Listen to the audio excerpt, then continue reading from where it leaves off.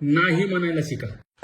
किसी को परखना हो तो भाई उसको ना किसी चीज के लिए ना करके देखो, हाँ, और फिर उसका रिएक्शन देखो. अगर वो आपके ना पे 10 सवाल जवाब नहीं कर रहा है ना, तो वो बढ़िया आदमी है. अगोदर ना मला असं वाटायचं की सर्वच माझ्यासोबत किती चांगले राहतात, किती चांगले वागतात. पण त्याची एक दुसरी बाजू अशी होती की मी सगळ्यांसोबत चांगलं वागायचो. आजही वागतो, पण तेव्हा मी कोणाला नाही नाही म्हणायचो. कोणी जर मला म्हटलं की माझ्यासोबत चल, असं असं काम आहे, तर मी माझे काम सोडून त्याच्यासोबत जायचो. आणि मी असंच केलेलं आहे नेहमी. माझ्या कामाला कमी महत्व दिलेलं आहे आणि दुसऱ्यांच्या कामाला खूप जास्त महत्व दिलेलं आहे. आणि त्यामुळे मला ते महत्व द्यायचे, पण इतकंही नाही द्यायचे जितका मी देतो.